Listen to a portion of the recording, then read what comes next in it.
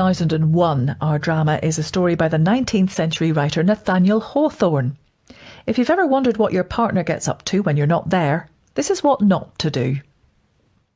I read an article once in some old magazine about a man and his wife. The article claimed to be true, and if it is, it must be the most remarkable instance on record of marital delinquency. An episode indeed as bizarre as any in the whole list of human oddities. Though it spanned a good 20 years, the tale was a short one, so it will require some imaginative work on my part, and yours, to supply all the details. I'll start with the husband, if I may. He's our main character. I can't remember his name. We'll call him Wakefield.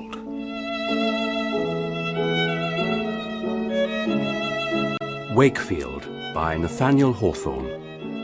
Dramatised for radio by Martin Wade. With David Haig as Wakefield and John Rowe as the narrator Nathaniel Hawthorne.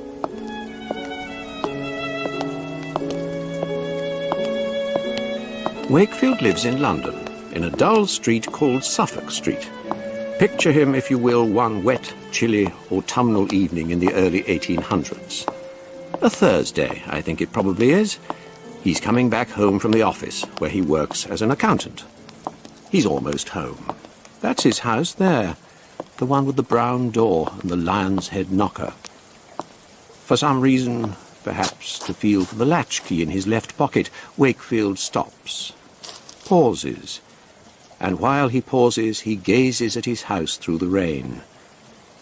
Through the parlour window, he can make out the glow of a comfortable fire, and on the ceiling of the room, Mrs. Wakefield's shadow. She's preparing tea, getting ready for her husband's return. He climbs the stone steps to the front door, 5 steps in all. He opens the door. And, as always, he calls out, "Hello! I'm back!" That article that I read in the magazine, I have no proof that it was true, but for my part I am convinced of the authenticity of the tale. Nor is it hard for me to picture the kind of fellow Wakefield was. Middle-aged, of course. Married for, how long? 10 years, let's say, during which time he's been as constant and faithful to his wife as any husband could be. Not because he loves her, but on account of a general sluggishness of desire. What else? He's vain, in a quiet sort of way. He likes to exaggerate his own importance. He's crafty. I'm back! Wakefield's back. Mrs. Wakefield comes hurrying out of the parlour, and as she does so... "Well, Wakefield," she asks her husband. "how has the day gone?" And he replies... "Oh, much as usual, you know. Except for one thing." She looks at him. She knows him well enough to be a little wary of such a remark. She knows he's one for childish puzzles and insignificant mysteries. He says nothing. She helps him off with his overcoat and leads the way into the parlour. "So, Wakefield, what was that one thing you mentioned?" Mr. Malvin. "What about Mr. Malvin?" He wasn't at the office. "He's gone on holiday." No. "He's joined another firm." Mr. Malvin? Heavens, no. "He's taken retirement." No. "He's ill." He was. He'd been experiencing pains in his chest, and now he's dead. "Dead?" Yes, he died this morning. "Oh, the poor man." You never knew him? "No, but even so, he had a wife, I think." Yes, and you don't know her either. He was walking to the office, and the strange thing was he met his doctor in Fenchurch Street. "Doctor," he said, "I'm..."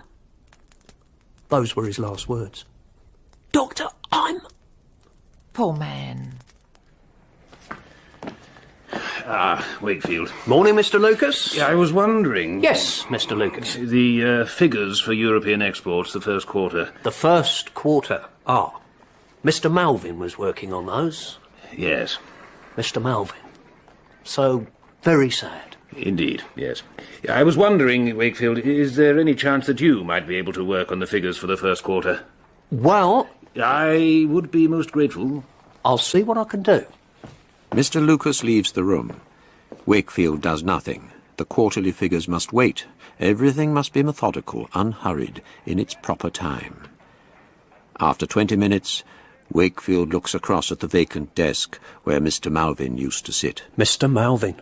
He'd been at the firm for even longer than Wakefield. Dead. Strange to relate, I'm almost envious of the fella. One day, after years of being Mr. Malvin, one day, all of a sudden he disappears. He never gets to work. He never comes back home. Imagine the effect of this on his poor wife. Imagine the effect on Mrs. Wakefield if I were to disappear. Yes, imagine that. He imagines it, or attempts to. Imagining things is hard for Wakefield. Of course, in my case, it wouldn't be permanent. A brief period of absence without leave. Oh, yes. What a trick that would be. I'd only be away for a day or two to see what it's like. Most especially to see what it's like for his wife. Well, it's quite an idea.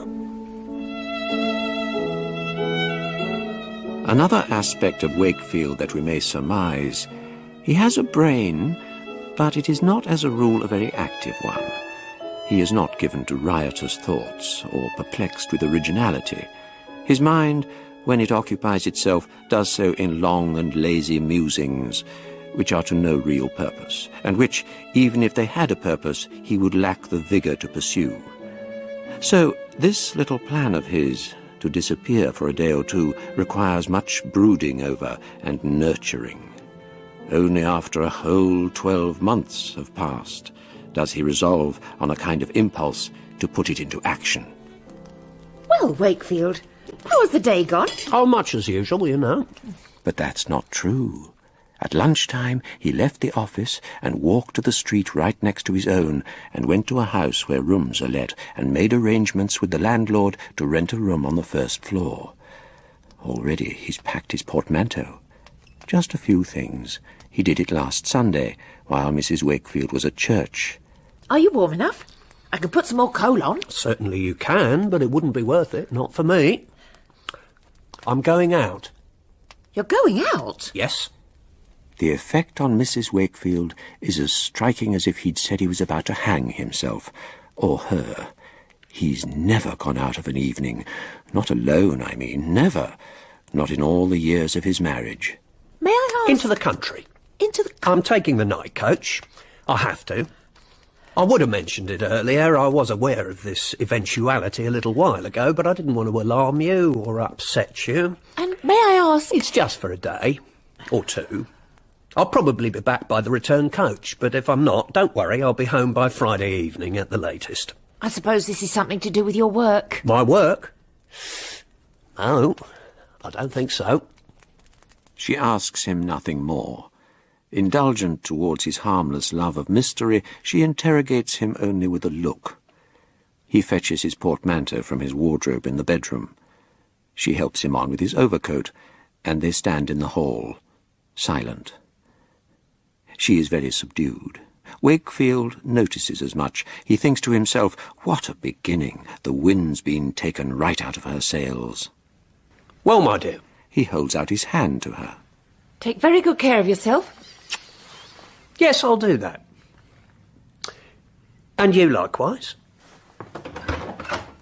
She opens the door for him. He is about to leave, and she doesn't know where or why. She longs to find out, he's sure of that. But she doesn't like to ask. If she were to ask, he would positively refuse to say, or he'd tell her a palpable lie. Therefore, she keeps silent. It's better that way. And knowing this, he keeps silent too. So? Yes. Goodbye, Wakefield. Go back inside, you'll get cold. Goodbye, then. Goodbye. And as she stands there in the hall, her mind plays a trick on her, and she thinks that the front door is thrust partly open again, and that she sees her husband's face, and it's smiling at her, a sly, crafty smile. And then the vision is gone. So is Wakefield.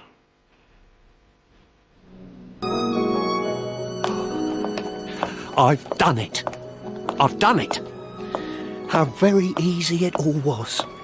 I packed my bag, I rented the room, I told her I was going, I went. Yes, it's remarkable.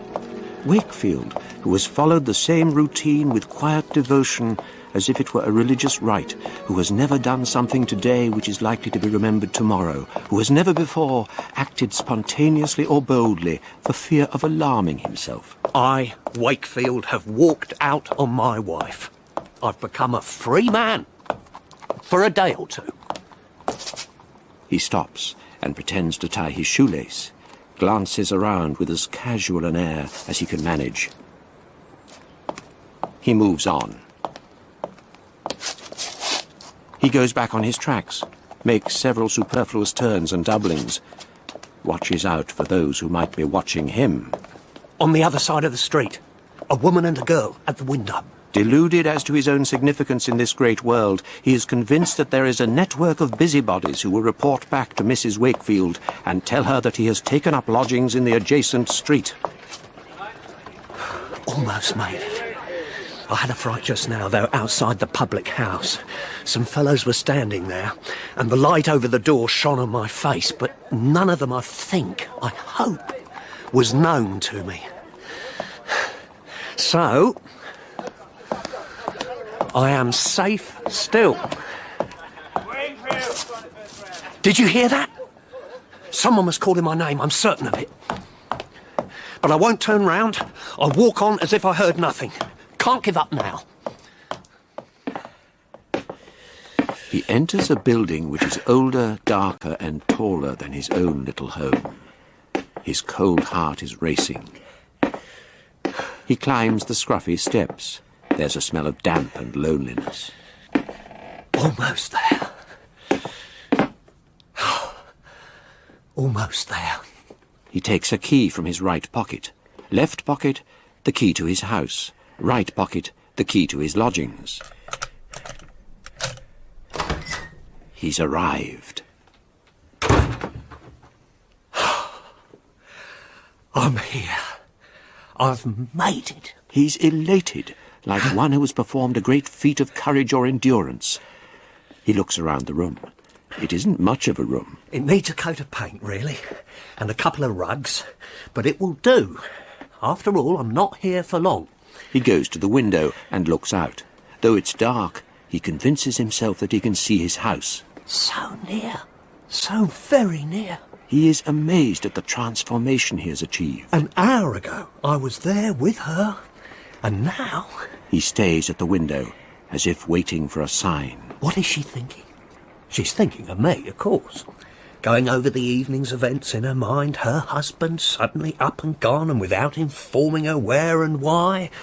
I tell you, she won't sleep too well tonight. He doesn't sleep too well himself. When at last he drags himself away from the window and crawls exhausted with excitement into the unaccustomed and unnecessarily large bed, he finds that he can't compose his mind. He lies awake, alone, and begins to have regrets. I've done wrong. I've been foolish. I don't know what I was thinking of. I promise I won't stay here another night.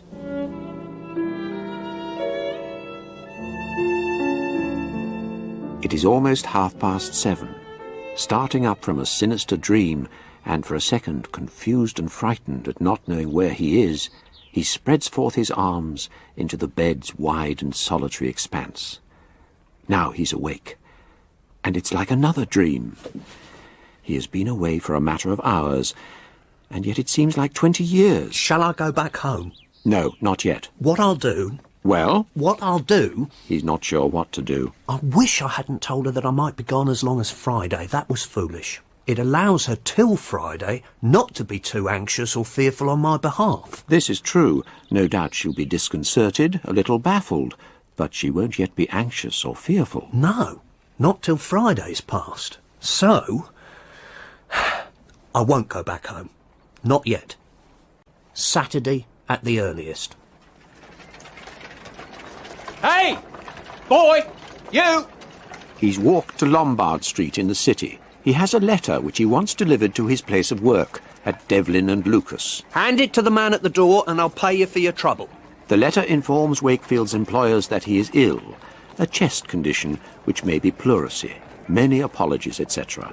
He has decided that he won't be able to go to work. No, not while I'm away from home. Mrs. Wakefield might pay a visit to the office and make inquiries about me. Well, he's been a good servant of the firm, never absent, never late, never dissatisfied with his wages. So, I don't think they can complain if I'm afflicted with a chest condition which may be pleurisy. He waits for the boy to return, musing the while on his years of loyal service to Devlin and Lucas, and indeed on his years of marriage to Mrs. Wakefield. I'll stay away a week. A whole week. Yes, that'll teach her. And what of the woman in question? She, at this very hour, is in her parlour, taking refreshment with a neighbour, Mrs. Brand. Oh, I think you should have found out where he was going, Mrs. W. I do, really. Yes. Yes, you're right. Of course. Here's your tea. I mean, what if... Thank you. What if something were to happen to him? What if he'd had a terrible accident and failed to return? How would you know where to begin your inquiries? When's he due back? Well, I'm not sure. You're not sure? Well, today, perhaps. Friday at the latest. I tell you, Mrs. W., if my Edward had ever said he was going away, I'd have wanted to know the wheres and the whens about it, and why he wasn't taking me. But as it is... Yes. I know exactly where he is. God bless him. He's made his final journey, he has. Mrs. Brand and Mrs. Wakefield see each other quite often. They share a pot of tea and they have a chat. So, he's not come back? No. No, I'm afraid he hasn't. Friday at the latest, he said. Yes, Mrs. Brand. Oh, dear. It's Saturday morning. Mrs. Wakefield has prayed and she has hoped. But inside, in her soul, she somehow knew he wouldn't return by Friday. What could have happened to him? Oh, Mrs. W., you're not to upset yourself. You must stay calm. No doubt there's a simple explanation for his delay. His coach has been involved in an accident, and he's received serious but not life-threatening injuries. Or else... He's still alive, I'm sure of it. Or else he never took a coach at all. Oh. Perhaps he's been kidnapped. He's still alive. Or he's wandering up and down the city streets, his memory gone. Or he's with a woman. No. No. Such things have happened, Mrs. W. No, not Wakefield. He wouldn't. He's not that sort. Not that sort. Quite what sort he is, she's not yet prepared to admit, even to herself. The two ladies fall silent. Mrs. Brand thinks of a succession of sensational occurrences accounting for Wakefield's disappearance. Mrs. Wakefield thinks of that evening when he left home, of how her mind had played a trick on her, and it seemed to her that the closed door opened again, and she saw his face with that sly, crafty smile upon it. I have changed my name. He is Hooper now.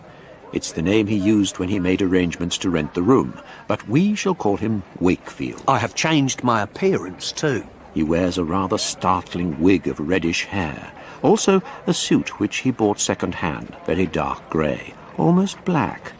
Were it not for the wig, he would look like... a man in mourning. For himself. Wakefield, you see, is temporarily dead. But for how long exactly? He had, if you remember, decided to return after a week, but now that the week has elapsed, he's thought again. I can't go back yet. I must wait until I've made some observations of Mrs. Wakefield and discovered what effect my absence has had on her. I want to make sure that I've given her a really good scare. That's why he's here, on Suffolk Street where he used to live, on a seat near the public house, waiting. He's brought an old magazine to read. He's been here a few times now. I saw her on the Tuesday. Did she seem distressed? I'm sure she was. The bloom had faded from her cheeks, that was clear enough, even at a distance, and she walked more heavily than usual. For Mrs. Wakefield isn't petite. By no means is she petite, but she manages a sprightly gait, as a rule. Oh, yes, it's hit her hard, this business, I'm certain. I wonder what she thinks has happened to me. She's a religious woman, she prays, she trusts in God. No doubt she's convinced herself, therefore, that my life has been preserved. Well, that's good, of course. But if I'm alive, she'll be puzzled as to why I'm still missing. Puzzled, distressed. Poor Mrs. Wakefield. Wait, what's this? A carriage has stopped in front of Wakefield's house, and out of the carriage has stepped a tall, gangling fellow carrying a leather bag. Dr. Elliston, the same doctor who visited her last year when she broke her wrist and I told her she'd only sprained it. Oh, yes, this is looking serious. Mrs. Wakefield lies in bed, propped up with pillows. Dr. Elliston sits down on the edge of the bed and takes her hand. There's nothing really wrong with me. Well, Mrs. Wakefield, I'll be the judge of that. I told Mrs. Brand she shouldn't call you. Mrs. Brand did right. I've been worried, that's all. And with good reason. What a terrible business. Have the appropriate authorities been informed about your husband? Yes, Doctor. And Mrs. Brand says I should put a notice in the papers. A notice in the papers? Well, Wakefield will enjoy that. Mrs. Brand informs me that you've been losing sleep. Yes. You've been off your food? Yes. Well, that won't do, Mrs. Wakefield. No. Who knows how long your husband will be away? Oh. Who knows if he will ever return?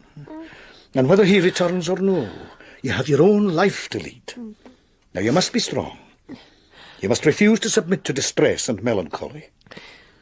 Promise me you will, Mrs. Wakefield. Promise me. It seems to Wakefield that Dr. Elliston is with Mrs. Wakefield a good while. It is beginning to grow dark when he reappears. Wakefield contrives to be walking past the house as the doctor returns to his carriage, and he attempts to study the expression on the visitor's face. Forgetting that a doctor seldom allows himself a chuckle when he's on his rounds, Wakefield is greatly impressed by Dr. Elliston's grave features. It's serious. It's severe. So, what am I to do? He ponders the question as he stands by the window of his rented room. Should I visit her? Should I go to her bedside and whisper, "Here I am, my dear. Everything's all right"? No, I think not. I'll see her when her condition is critical, but not till then. After all, I promised myself that I wouldn't return until my disappearance had scared her half to death, until I'd taught her a good lesson. Well, I can't go hurrying back now simply because she's taken to her bed. And if I did go back, who is to say that I would make things better? My sudden reappearance might give her such a shock that she'd never recover. No, I won't go back. Not yet. In the next 3 days, Wakefield keeps an almost constant vigil near his house, and on each of the days, the doctor makes a visit.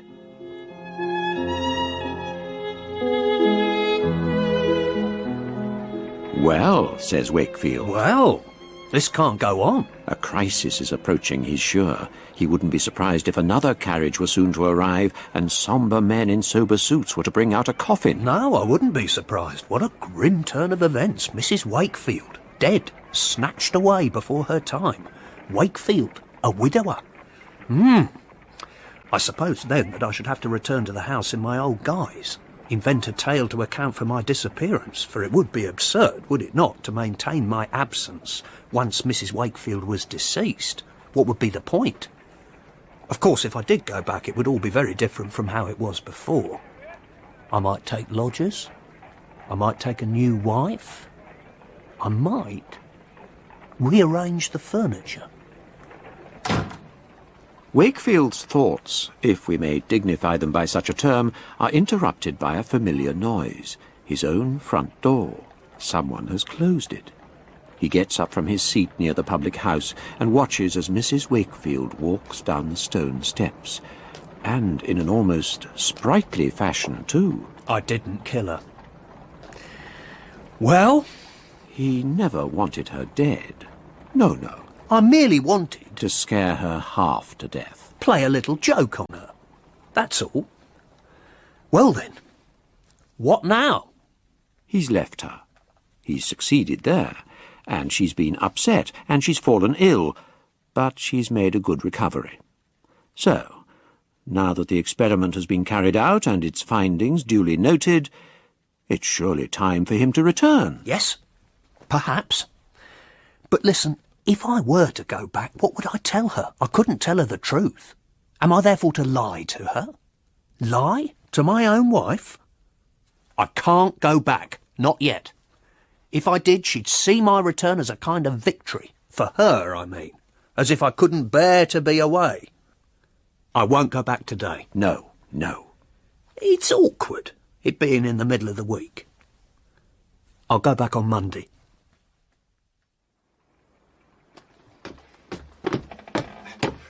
Good evening. Evening.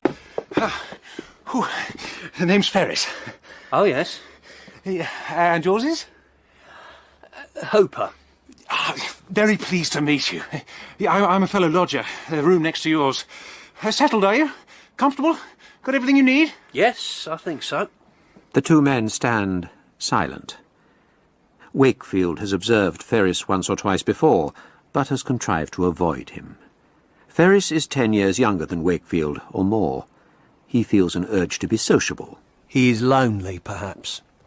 Or he thinks that I am. Silence. Ferris's gaze darts up, as if beyond his control, to the top of Wakefield's head, to the curious wig of reddish hair.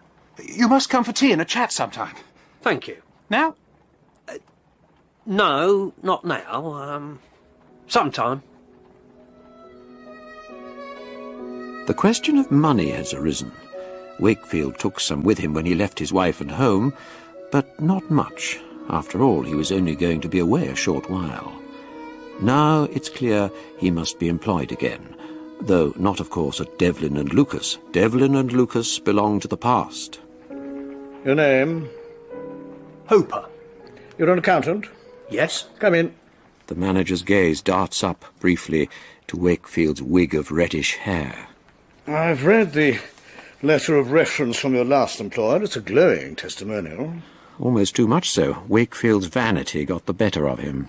Aylott and Son. I've never heard of them. Have you not? But then I don't know Bristol very well. Your age, Mr. Hooper? My age? 37. 37? Vanity again. He's lost several years, I think. Married or single? Single. Very wise. Has he got the job? Yes. And on a better salary than at Devlin and Lucas. He no longer pretends that he will go back home tomorrow or in a week. I might. Well, nothing is impossible, I suppose. He'd like to go back. He is aware that if he doesn't return, the sadness felt by Mrs. Wakefield will lose its force, become a thing of mere habit, and in time perhaps melt away entirely. Who knows? She might discover that life without him is to be preferred. But even this thought, thoroughly offensive as it is, cannot make him move.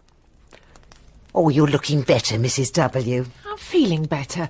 I'm beginning to get settled again, if you know what I mean. Yes. Not fretting as I was. Time. It's a great healer. When my Edward passed away, I was prostrated with grief. Of course, when I think about Wakefield, I can't help experiencing some sadness. And being on my own takes some getting used to. I don't suppose I'll ever get used to it, really, even if I were alone for 20 years. But you've always got your neighbours. Yes, Mrs. Brand. And I pray to God. And, as Dr. Elliston says... Nice man. Yes. I must go on living, he says. That's right. That's what I tell myself. Be strong. Be calm. That's right. When my Edward... Wakefield's not dead, you know. He's not. I'm certain of it.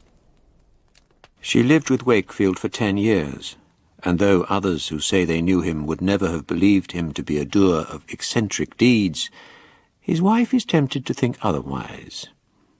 During their marriage, she had never taken the trouble to analyse Wakefield's character, not consciously at least, but she was aware of the quiet selfishness that had rusted into his inactive mind, of his vanity, of his fondness for secrets, of an indefinable strangeness. She can't guess at the precise details of what's happened to him, but if she were to be told, the truth wouldn't surprise her. Not at all. Hooper! Oh.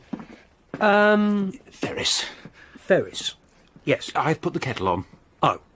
Come and have a cup of tea. Sadly... Oh, you said you would. I have some business to attend to. I'm a busy man. Ah. Well, another time. Yes? When? Can't say, I'm afraid. I'd like to talk, you see. When it's convenient, I'd like to ask your advice about marriage. Marriage? No. You mean you advise against it? Not necessarily. I mean, I'd rather not offer any advice at all. Were you ever married? Yes, I was. I thought so. You thought so? Why? What happened? What happened? She died. Oh, I'm so sorry. She fell from a tall building. Oh, my deepest condolences. What makes it so much worse is I was there. You were there? At the top, you mean? Or... Yes, it was my place of work, you see. She had come there to give me some news, some bad news, in point of fact, about her mother. And she heard a disturbance in the street below and went out onto the small balcony to see what was happening, but she tripped and fell against the balustrade and part of it gave way. Oh. She was not a petite woman, my wife. And she fell? She fell. To her death? Yes. To be specific, she fell onto some iron railings and was impaled. Oh, Lord. Was her death instantaneous? By no means. She lived for another 2 hours. Oh, the pain she must have endured. I tell you, those were the worst 2 hours of my life. What was the bad news about her mother?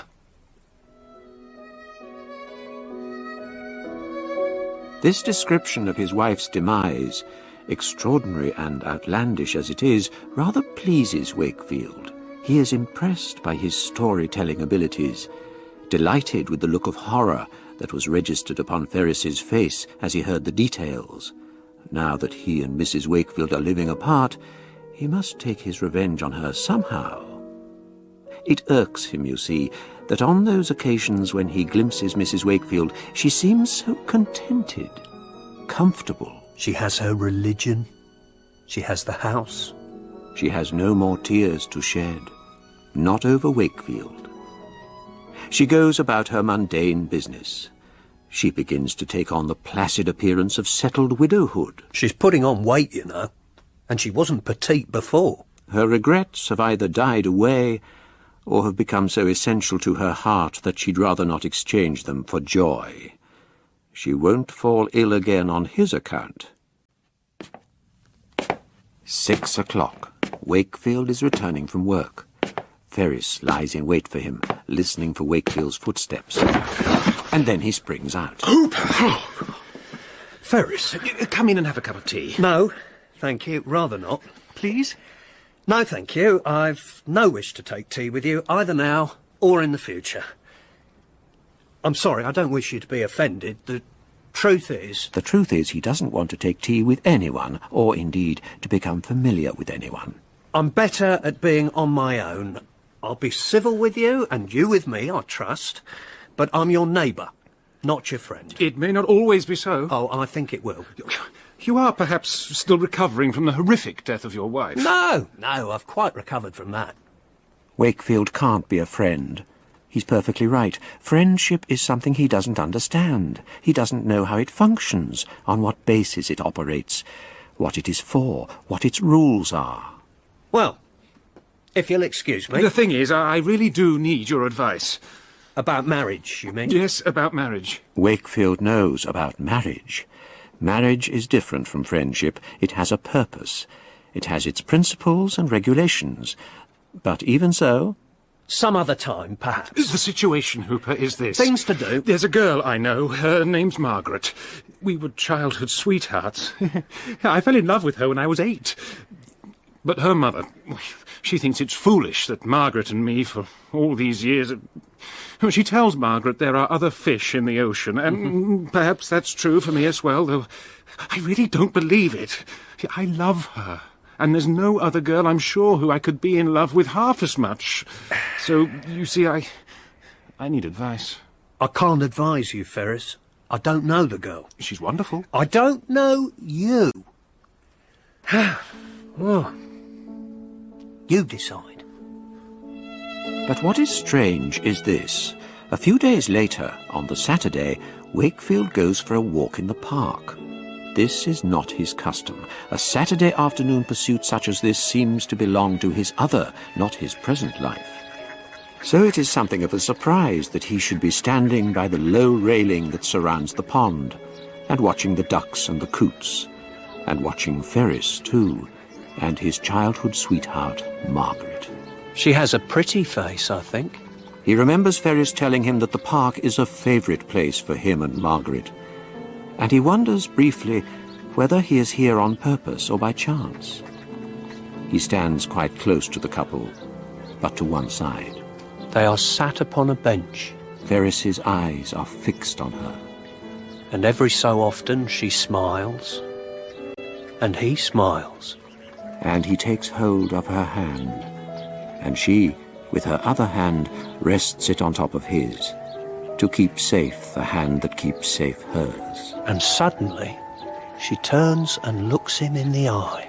Such an earnest look it is, and he keeps his gaze fixed upon her. Sweetheart still, after all these years. 6 o'clock. Ferris is returning from the park. Wakefield lies in wait for him, listening for Ferris's footsteps. Ferris? Ferris? Yes, what is it? I'd like a few words with you, if I may. Oh, right. Excellent. Let's go to my room, shall we? I'll put the kettle on. No, you needn't bother. What did the lovesick owl say to his darling when it started to rain? Too... Wet to woo. Too wet to woo. Yes, very good. You asked for my advice about your childhood sweetheart. Yes. And whether you should marry her. Yes. You shouldn't. Should I not? That's my advice. Oh? Why not? You should play the field. Play the... Oh. And so should she. Oh. You were childhood sweethearts, but marriage, it's a grown-up business, isn't it? Play the field. Give it time. That's my advice. Yes. Well... Thank you, Hooper.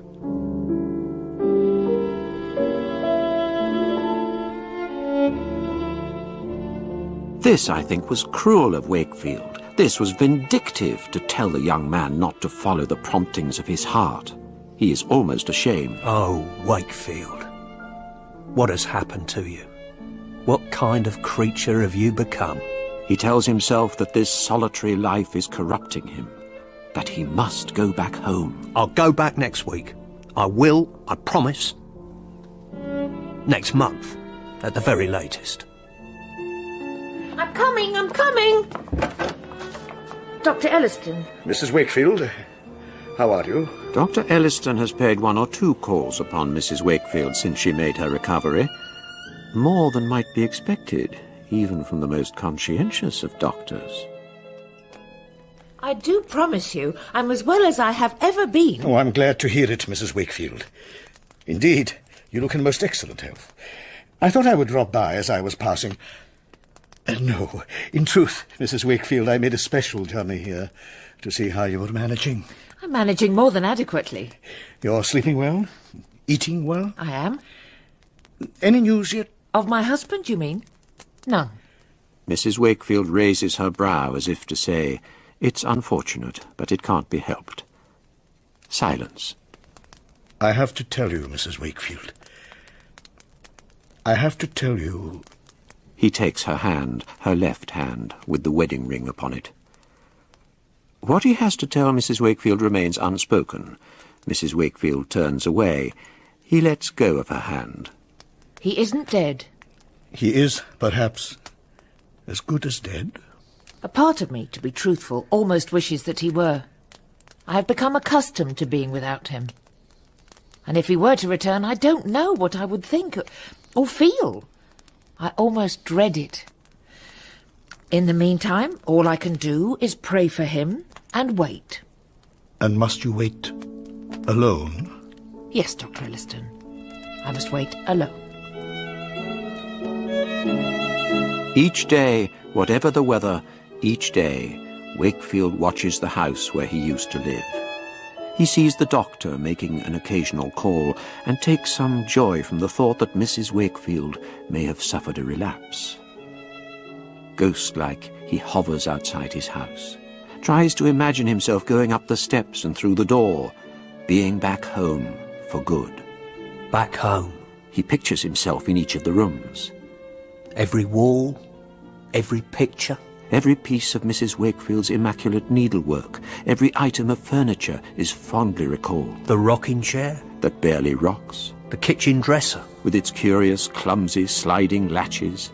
The table. With its scratches and blemishes, which Wakefield in his previous life would study at meal times for want of conversation.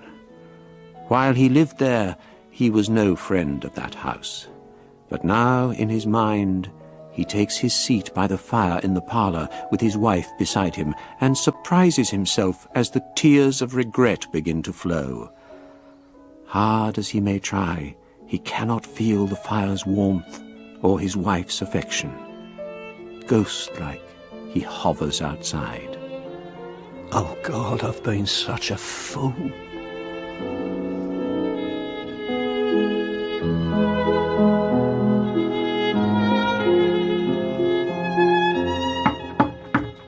Hooper, it's Ferris.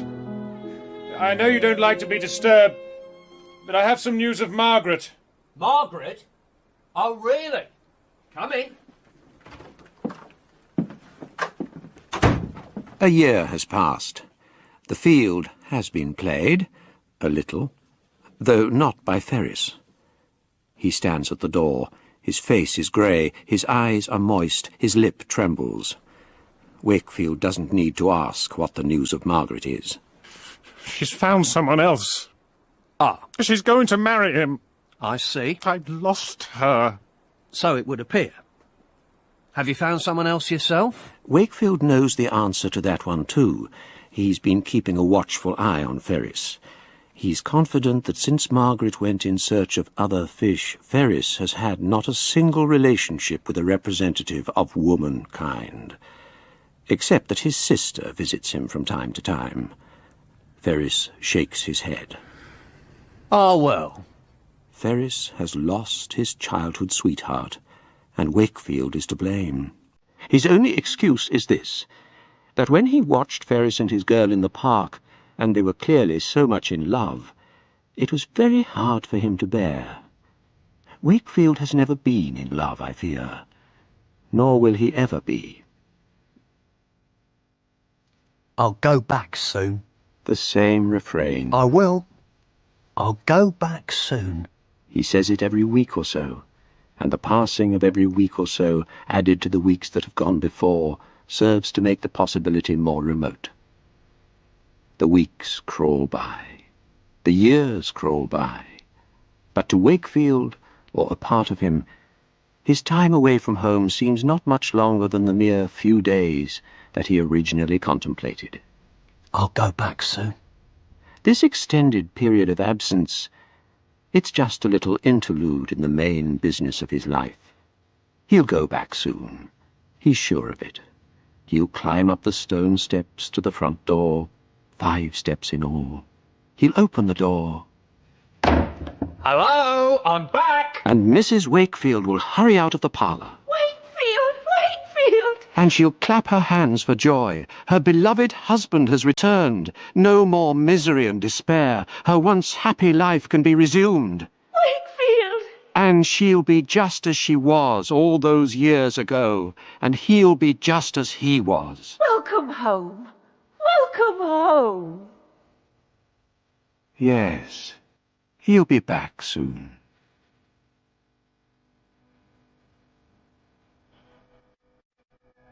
"10 years. 10 years? Is it really? Good Lord. 10 years away from home. 10 years in his temporary lodgings. Ferris is still in the room next door. We're not friends, though we're civil to each other. We say good morning. Ferris seems so much older now. Yes. Grief and self-reproach have taken their toll on him, I'm afraid. But that miserable face of his is surely nothing compared to Wakefield's. There is a mirror on the wall. Every morning, impelled by a delight in the macabre, Wakefield peers into it. Every morning, he is a little more horrified. Look. Look at the decaying flesh. Look at the lines and crevices and furrows that ravage Wakefield's face like cracks in the dried earth. Look at the discoloured sacs which hang under his small, lustreless eyes, hang so heavily indeed that they seem to drag the eyes down with them. Remarkable, is it not, how nature's dull handiwork can be so dramatically altered? Weirdness, hatefulness, and twisted obsession have all left their indelible mark upon features which were once quite ordinary. 10 years. Yes, almost to the day. Now, good to see you. You're well, I hope? Sunday morning. The faithful are being summoned to church. Wakefield is not of their number. I don't go to church. When Wakefield was aged 14, he decided that he resented the Sunday service. I made up my mind. How rebellious, how precocious he thought he was.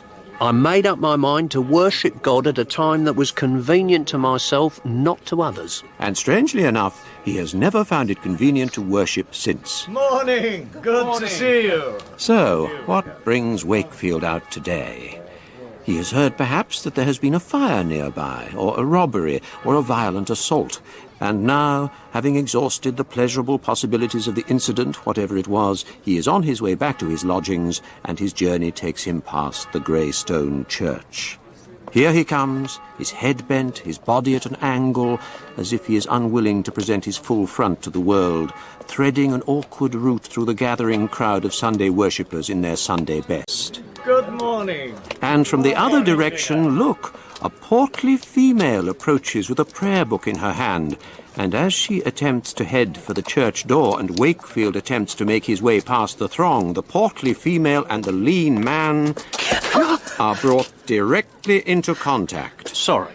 No, my fault. Their hands touch. She drops her prayer book. The pressure of the crowd forces her bosom against his chest. They stand face to face, staring into each other's eyes. After 10 years' separation, Wakefield meets his wife. My God. My God. Please forgive me. He knows her, of course. He has spied on her ever since he left her. But does she know him? His face is so changed that if he had been without the use of a mirror for all these years, he might not have recognized himself. He picks up her prayer book. The same prayer book, I think, that she had all those years ago, that she took with her each Sunday morning. While Wakefield, allowed for that 1 hour each week to be alone in the house, would sit in the parlour with a doubtful publication.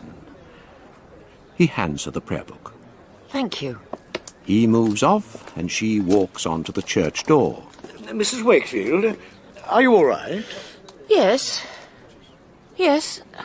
I think so. She stops at the door and throws a perplexed glance in Wakefield's direction. Then she enters the church, that woman of simple faith, opening her prayer book as she goes.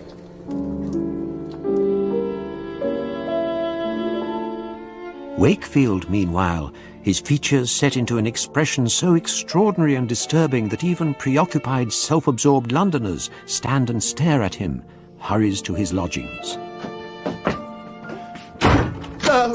No! His latent feelings, restrained for all these years, at last break out and give to his feeble mind a brief energy. All the miserable oddness of his life is revealed to him at a glance. Oh, God! To his Maker he cries, his first attempt at private Sunday worship. Hooper! Go away! Hooper, are you all right? No, go away, please! What's the matter? I'm mad. That's what the matter is. I'm not thoroughly mad, perhaps. Some sanity must remain, I suppose. Else how could I recognise my madness? On the other hand, Wakefield has only to consider the singularity of his situation, the fact that he has abandoned his wife and his home and has been living in the adjacent street, the fact that he has been away for a period of 10 years when he had intended that it should be a mere few days. The thought of all this surely is enough to impel him towards insanity. I'll go back soon. And if I don't, it can't be helped. After all, I'm mad. You're certain it was him? Well, no, Mrs. Brand, I can't be certain, but... I saw my Edward quite recently. At Christmas it was, in the High Street. I was convinced it was him from the back, you know, so I shouted out, "Edward! Edward!" I can't be certain. He looked like Wakefield. And the curious thing was, the fella's name was Edward, so he turned round. But it wasn't him. Well, of course it wasn't. He looked like him, but he was so different, too. It really threw me. Here's your tea, Mrs. Brand. Oh, thank you. His hair was red. I hadn't expected that. I didn't like his face. I didn't like it at all. I wonder if he recognised me. I always knew he wasn't dead. I asked God if he was, and he told me. What will you do? What can I do? I can pray. Perhaps he's been away, abroad, you know, and he's come back. That would be strange, wouldn't it, meeting up again after all these years? What on earth would you say to him, Mrs. W? I've no idea. He was my husband, it's true. But it was such a long time ago. And I've changed. And so has he. He's mad, or he thinks he is. And because of that, he thinks that anything is possible now. He might kill someone, or himself. He might even go back home. The office becomes an abhorrent place to him. There is no difficulty with the work itself, but aware as he is of his insanity, he is convinced that others must be aware of it too. He leaves his place of employment, finds work elsewhere, at a succession of different firms indeed. And each time they realise I'm mad and I leave. The fear of being considered mad is greater than the madness itself. As the years go by, the periods of unemployment become longer, and the periods of work increasingly distressing. I work when the cupboard is bare, or when the landlord grows impatient. He derives a morose, maudlin pleasure from being able to sit in his room and look out of the window and talk to himself, or to walk to Suffolk Street. And sit on the seat a little distance from my house and gaze at the front door. The days seem very long. The years seem very long. He doesn't speak to Ferris, and Ferris doesn't speak to him, one-sided good mornings being hard to sustain. Wakefield speaks only to himself. I'll go back soon. Perhaps he will, being mad. I'll go back soon. And when I do, it will be as if nothing has happened.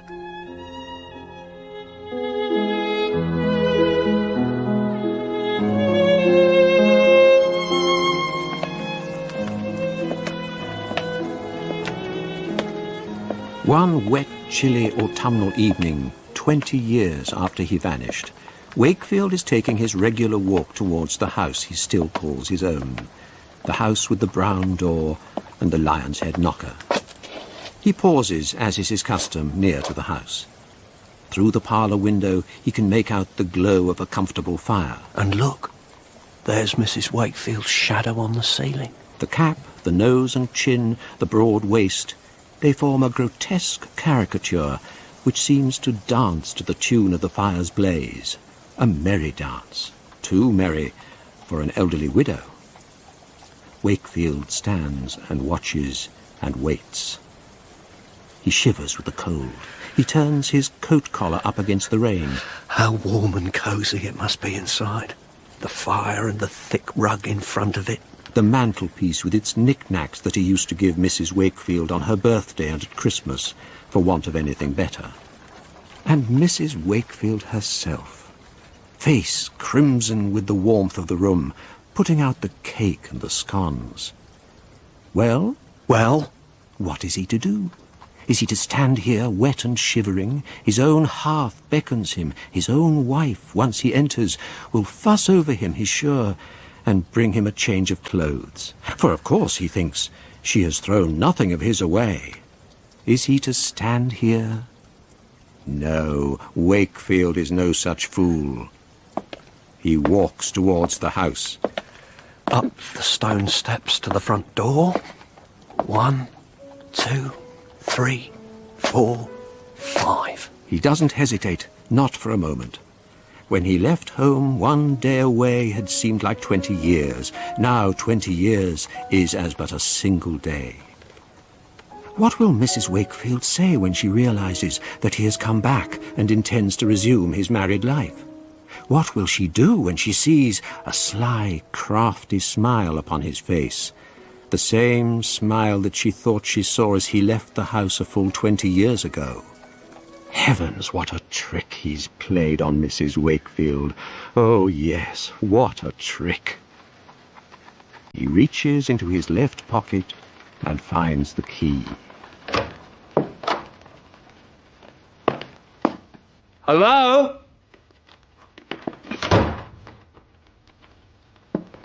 Hello? I'm back.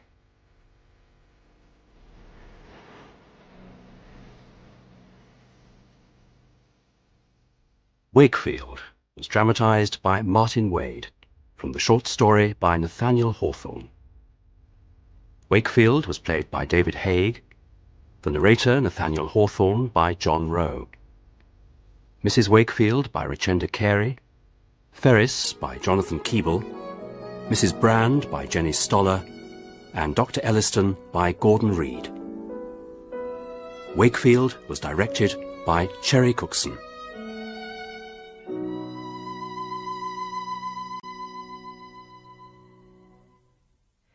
In this drama slot after the weekend, 3 intrepid explorers venture into an Icelandic volcano in Jules Verne's Journey to the Centre of the Earth. The wind